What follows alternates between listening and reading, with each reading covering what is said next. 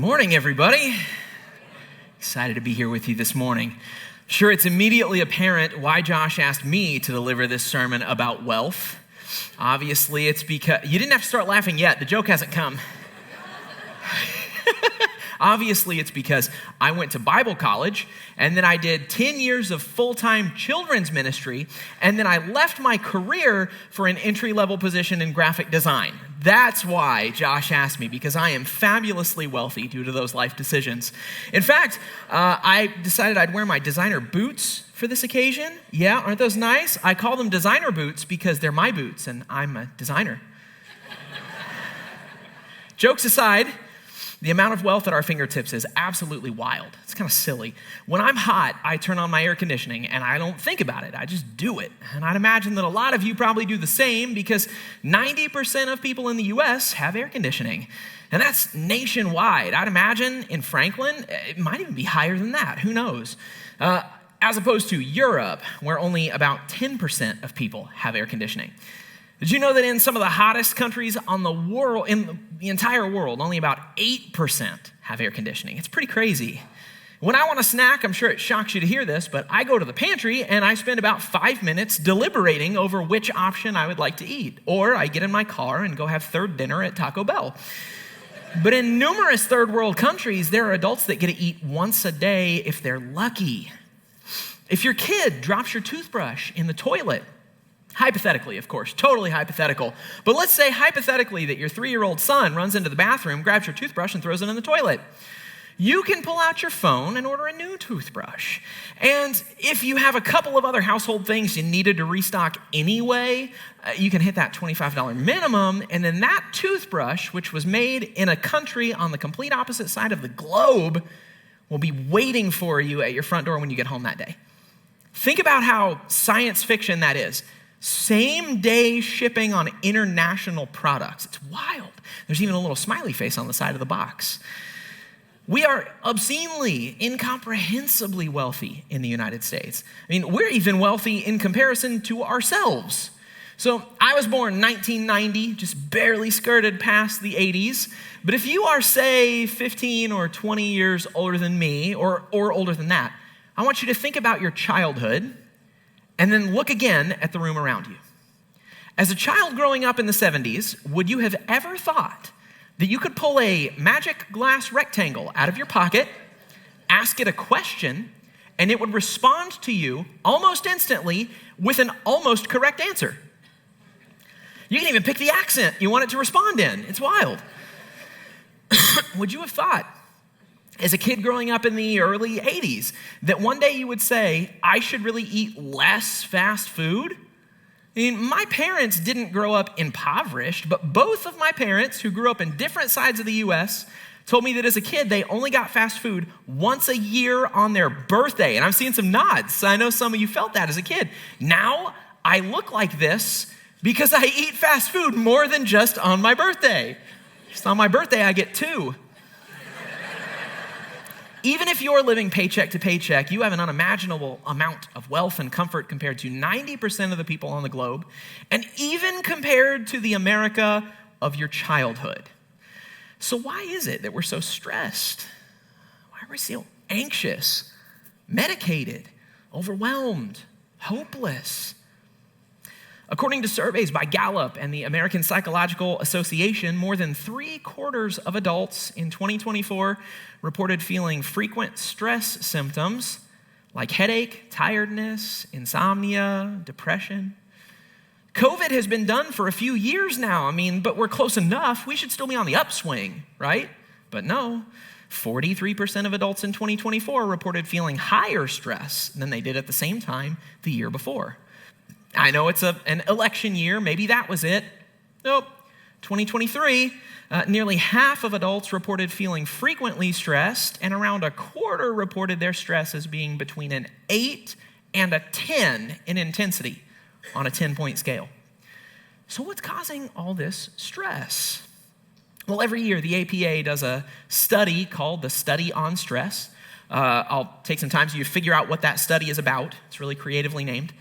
They divided their respondents each year into 4 age groups, and typically the age groups answer questions pretty differently, except In this one, in 2023, the number one cause of stress for each age group was as follows: 18 to 34, money; 35 to 44, money; 45 to 64, money; 65 and up, the economy. So to recap, we are the wealthiest nation in the history of the world.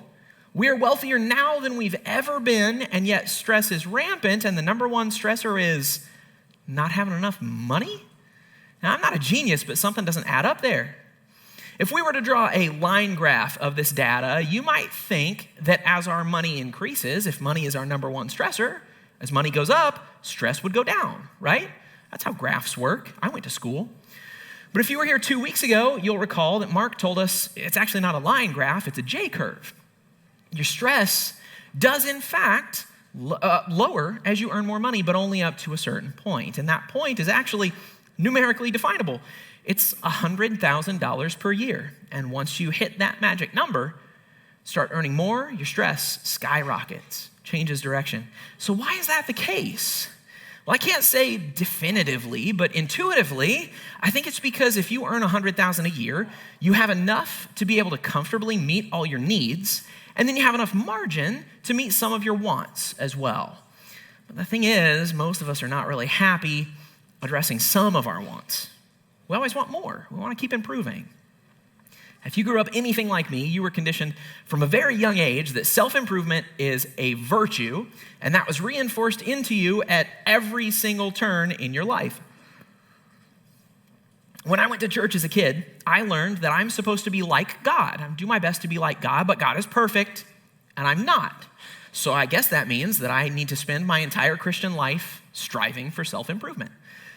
In gym class, we would practice layups. It didn't matter how good you were. It didn't matter if you were Caitlin Clark or if you were, probably shouldn't finish that joke, but it didn't matter if you had a 90% shooting average or a 20% shooting average, you were doing layups because your form could always improve.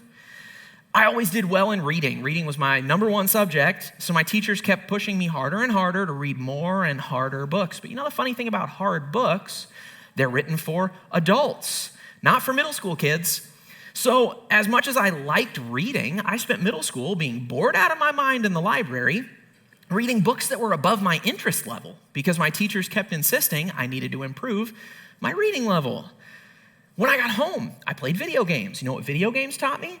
They taught me that leather armor and stone swords are for noobs, and all my friends were going to make fun of me. I needed a fire sword if I was going to succeed in life. And you know the funny thing about the fire sword? As soon as I bought the fire sword, magically the shop owner had a +2 lightning sword that I couldn't afford. Now, I don't want to make it sound like I was never good enough for my family, my friends, whatever. Nevertheless, this idea of self-improvement is hammered into us at absolutely every turn. Education, recreation, it's all over the place. And despite how I'm presenting it, I do actually think that's a good thing. In fact, self-improvement is a biblical virtue. In his first letter to the church of Corinth, Paul compared our lives to a race. Now, I don't know if you're a runner. Does anybody run, for health, apparently? Okay, cool. I'm sure there are some. You're just shy. I'll make you raise your hands in a minute. Runners are weird because runners are always trying to bring new runners into their cult. They realize that running is weird, and so they want other people to join them so that they don't feel bad being the only person who likes doing weird things. So they say things like this. They give this advice. They say, hey, you should run a race. You should do a 4K, do just, a mini. You don't have to do a full marathon. You don't have to run. You can walk. It's okay because the goal is not winning. The goal is finishing. So walk. Plenty of people do that. How many of you have given that advice? Super common advice. Okay, keep your hands up. No, keep your hands up because I want everyone to look at all the people who are wrong. Yeah. See, Paul disagrees. The Apostle Paul.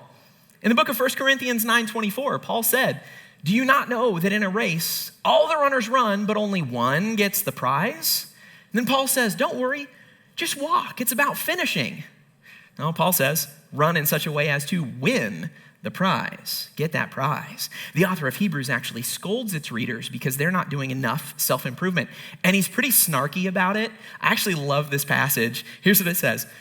In fact, though by this time you ought to be teachers, you need someone to teach you the elementary truths of God's word all over again. You need milk, not solid food. Then he says, anyone who lives on milk, being still an infant, so he literally says, you're a baby. He says, listen up, babies, you're not acquainted with the teachings about righteousness. Solid food is for the mature, who by constant use have trained themselves to distinguish good from evil. So there you go. Jesus himself, who, need I remind you, was literally God, perfect, flawless, best at everything God, Jesus valued self-improvement in himself.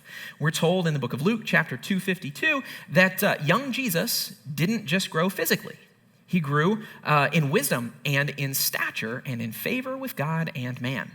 So clearly, the problem isn't the virtue of self-improvement.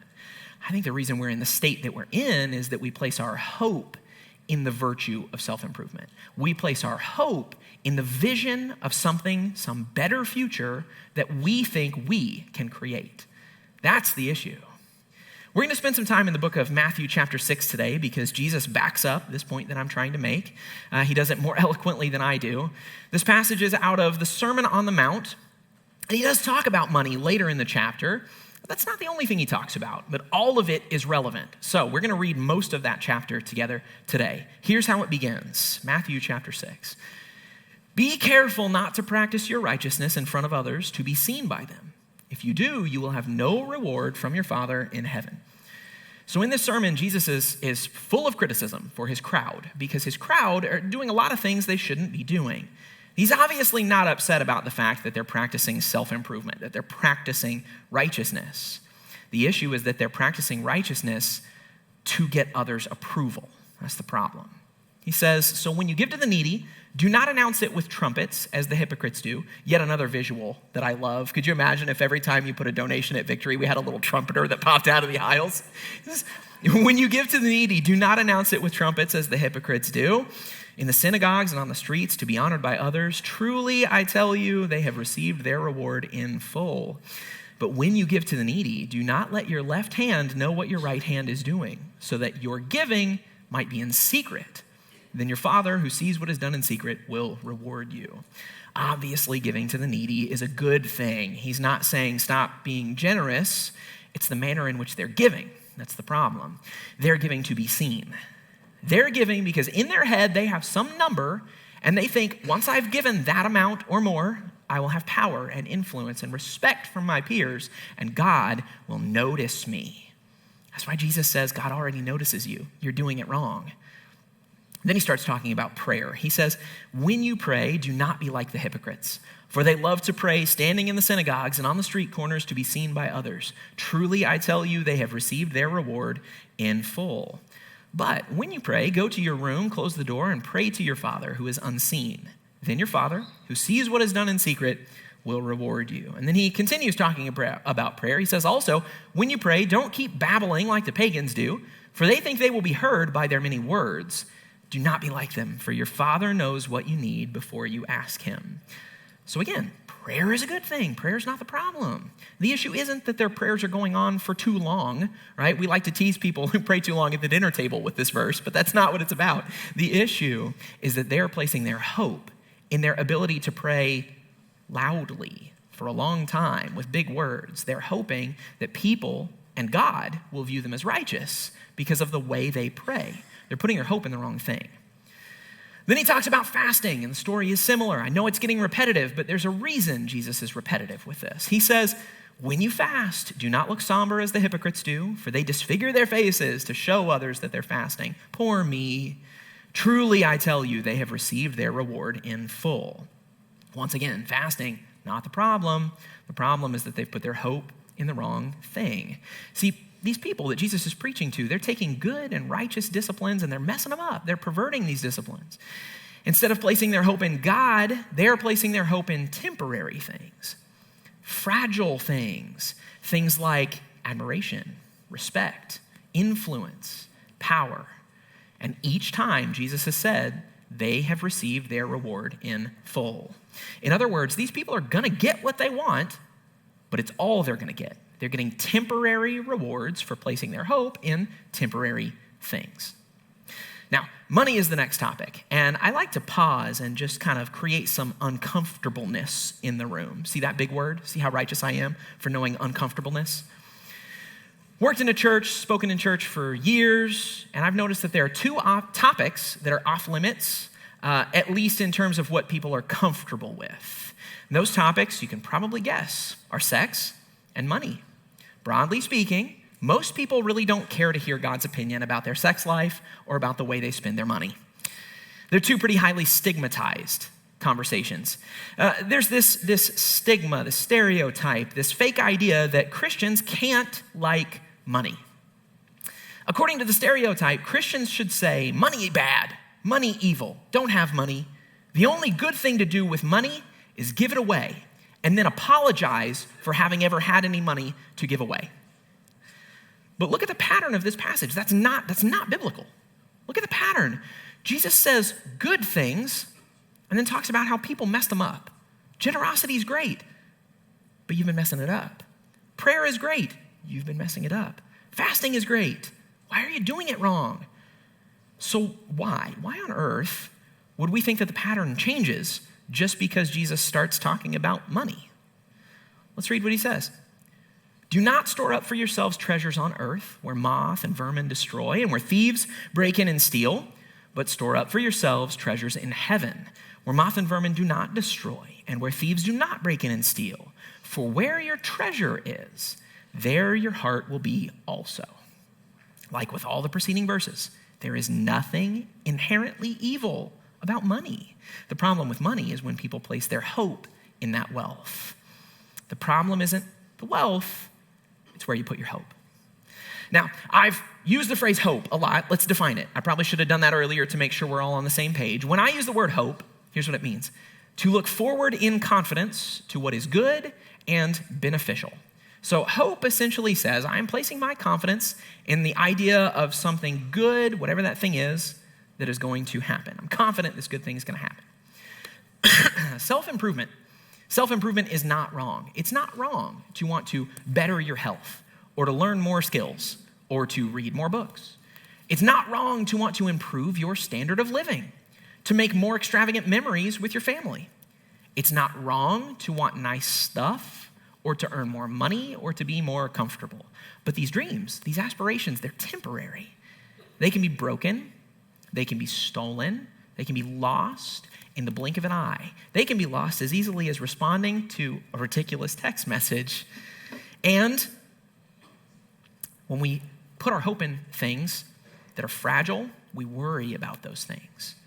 In fact, the things that we put our hope in always become the things that we worry about. Without fail, we worry about where we place our hope. When my wife and I had our first kid, I don't want to say we were overprotective, but have you seen the movie Bubble Boy? We packed snow pants in the diaper bag on 90-degree days in case there was a breeze. We broke up with basically all of our friends because adults hang out at nighttime and babies have sleep schedules. We couldn't afford friends. Well, now we're on kid number 3 and we've learned how not fragile babies actually are. This last weekend at my middle child's baseball game, our son Milo ate a handful of grass clippings and my wife and I were like, wait, we didn't have our phones out. Do it again for the camera. There are a couple cigarette butts in that grass clippings. It's fine. It's no big deal. That's not to say we don't worry about our kids. Of course we worry about our kids, but we've learned to enjoy the memories we're making with our kids rather than squandering their youth because of our anxiety. See, when we place our hope in something, we always end up worrying about that something without fail. And of course, the opposite is true. The things you worry about are decent indicators of where you've placed your hope. So, the big question, where have you placed your hope? Are you hoping in something that's fragile? Over the past year, we have seen so many examples of fragility of our lives. We had friends here at Victory who lost their home in a fire.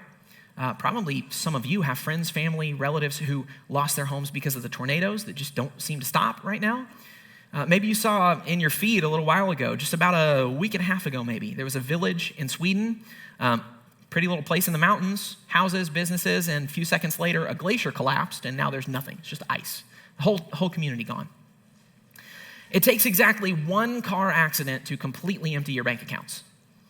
It takes exactly one medical incident to change your standard of living, prevent you from working. Sometimes a single bad argument ends a marriage. Sometimes a single stroke of a pen sends two countries to war.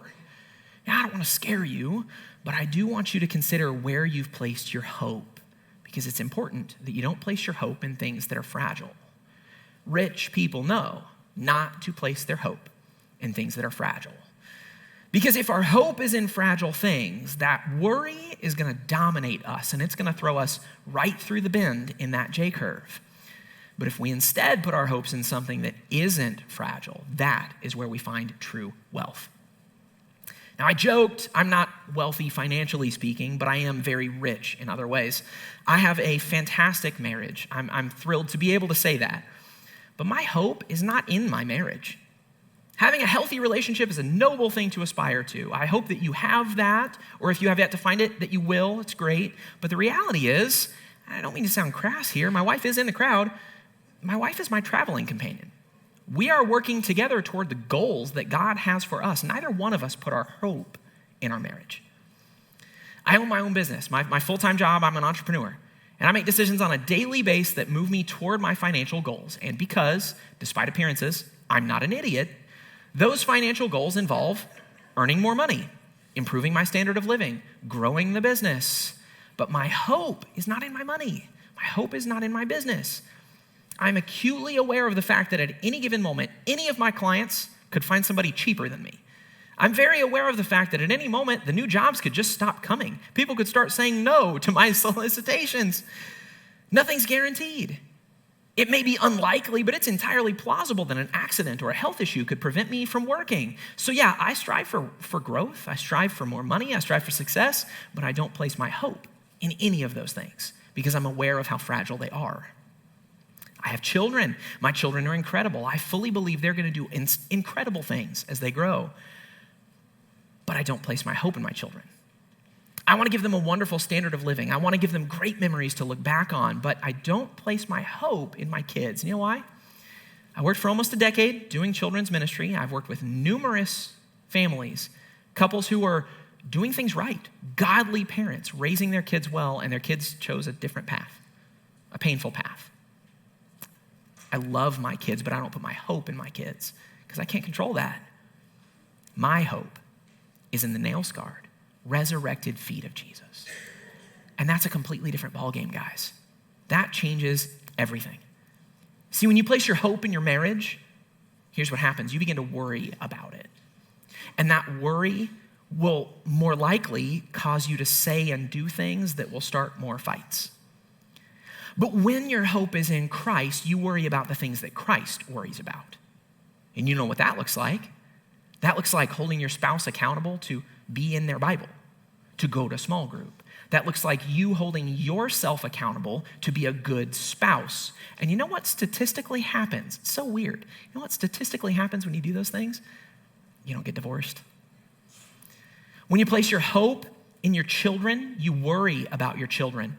You set unreasonably high expectations for their grades, for their athletics, for their career aspirations. You coddle them so that they never learn responsibility or accountability. But when you worry like Christ worries, you parent differently. You read your Bible with your kids. You pray with your kids. You encourage them to be good Christians. You encourage them to put their faith above their baseball schedule because baseball games can get rained out. The kingdom of God can't. You teach your kids to love other people like Christ loved them. And then a weird thing happens. It's kind of crazy. When they do that, they make more friends. They have more influence. And a lot of times they end up with better careers because they're better connected. It's funny how that happens. When you place your hope in your career, you worry about it. You don't take the new client because the work is intimidating. You don't make important investments because that risk is too worrisome. You begin to treat your coworkers with suspicion and with disrespect because you're afraid they might get promoted instead of you. But when you worry like Christ worries for his people, you get along better with your coworkers because you're treating them better. You get along better with your boss because your work ethic improves. And you take more risky business, not less, because you know that that extra profit is more than just money. It's an opportunity to make a bigger impact on the community around you. See, when you place your hope in more get-rich-quick schemes or in some better job at some better company that probably doesn't exist, or you take out irresponsible debt with the idea that you're somehow going to leverage that money you don't have to make more money that you don't have, those things are really fragile. You might get your reward. I'll be honest. It's not doom and gloom. You might get it. But often people don't. And make no mistake, Jesus is clear. When you live this way, you've earned your reward in full. Now, Josh said last week that this message series isn't really about money, it's about a mindset. And Josh wasn't just riffing when he said that. It really is. See, the secrets of being rich are not some out-of-the-box investment schemes. It has nothing to do with when to buy or sell stocks. It's not about high-yield savings accounts or money markets or any of that stuff. I had to look up all those words on Google. I don't know what any of them mean. Here's the truth. Here's the real secret that rich people know. If you spend your life worrying about temporary stuff, you're going to miss out on the things that make you truly rich. So, practically speaking, this is a financial series. So, practically speaking, financially, what does that look like? I'm not just going to give you empty platitudes here. Let's talk about what it looks like. Now, it's going to be different for everybody because our situations are different, our finances are different. But here's some broad strokes that I think will apply to most everyone, and maybe you can get creative with applying it specifically to you. Here we go. These are going to hurt. If you're struggling to make ends meet, you might need to evaluate how you spend on your family. Growing up, some of the best memories I had with my parents had nothing to do with vacations, with fancy meals, with gifts. I mean, we did make good memories in that way. Of course we did, but the most impactful memories by far, quantitatively and qualitatively, were made in our backyard, in our living room, and the normal everyday car rides. Now, there's nothing wrong with extravagant experiences when you can afford them, but don't delude yourself. A memory isn't better simply because it costs more. In fact, the financial stress it might be causing on you might cause you to miss some of those important things that are happening already for free at your kitchen table. Here's another. I probably already stepped in it with that last one, so let's just move right into another fun topic. Who wants to talk about debt? This can be fun. I'm excited. Thank you. Thanks so much. I might pay you later for lying. Here's another secret rich people know. Debt is sometimes a necessary option, and it's always not the ideal option. I think instinctively we do all know that. So the next time that you're about to take on some debt, ask yourself some important questions. Will there be dire consequences if you wait until next month to buy that thing? If the answer is yes, debt might be necessary. If the answer is no, it's a bad decision. Full stop. Was this choice unavoidable, or was it because of a lack of planning? Now, I know how life works. Believe me, I'm not picking on anybody here. We've had numerous times where we put together an emergency fund. We worked and scratched and saved, had an emergency fund, and then 2 emergencies happened in a row. We had enough for the first one. We didn't have enough for the second one. And when that happens, debt might be necessary. But ask yourself, are you considering debt because you never actually planned for a financial emergency? Yeah, everything feels like an emergency in the moment. Very few things actually are. Sometimes an organization or a business hits unexpected growth. They get somewhere way faster than they expected to. And the only solution that meets the needs requires debt. Sometimes your family grows faster than you expected. My wife and I discovered that we were really bad at measuring things when we got pregnant with our 3rd kid, because we went out to the SUV and 3 car seats couldn't fit side by side in that SUV. So we got to drive home from the hospital with a new baby and a new car loan and an old minivan. It was great. Sometimes life requires it. I get it. I've been there. But those should be the exception, not the norm. If you are regularly trying to convince yourself that this emergency requires debt, that's a pretty good sign that you're putting your hope in something shiny in your near future at the expense of your long-term financial health. Last one. This one's probably going to hurt as well because some of you think you're really financially responsible, and I'm just going to punch you lovingly in the face. If in the past month you've bought something, anything, could be useful, could not. If you bought something in the past month and you've only used it once, there's a chance you could have a spending problem. There's a chance. See, broadly speaking, you never need 2 of something when one can do the job, unless, of course, you're talking about kitchen utensils or underwear. Something being on sale is not a reason to buy. It's an opportunity, it's not a reason. Maybe if you're living paycheck to paycheck, you're not making great choices. Now, if you have the margin and you can afford to collect, that's great. I'm not picking on you. But I want to help you. And I know that some of you are living paycheck to paycheck, and here's the tough pill to swallow. You can't afford to be a collector if you're living paycheck to paycheck.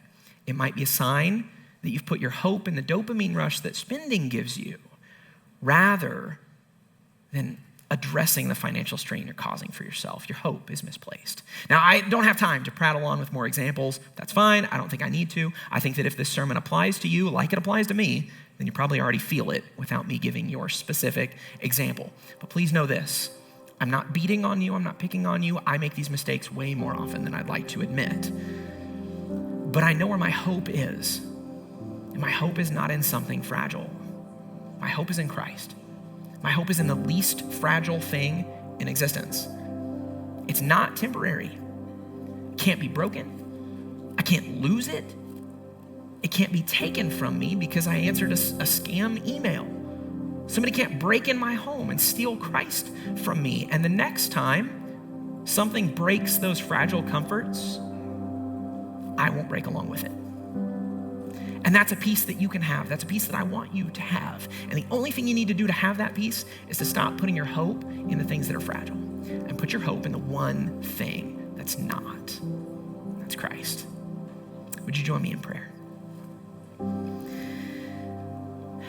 God, this message, as I prepared, it just made me think of risk. And all I could think was, man, what a risk you took in sending Christ for us. He gave the greatest thing that anyone could ever give, the greatest thing you had to give. You gave your only son. And you gave it knowing that not all of us would accept the gift that you were offering. So God, I want to live my life in a way that honors that sacrifice. I want to live my life in a way that shows that I appreciate and value what you did for me. God, I'm sorry for the numerous times that I have and will make improper choices with the blessings you've given me. But God, I pray that I would take accountability and that I would work to make a better future and give myself the insurance of placing hope in you, not in my stuff. Today, I thank you so much for the gift of Christ, and I pray in his name.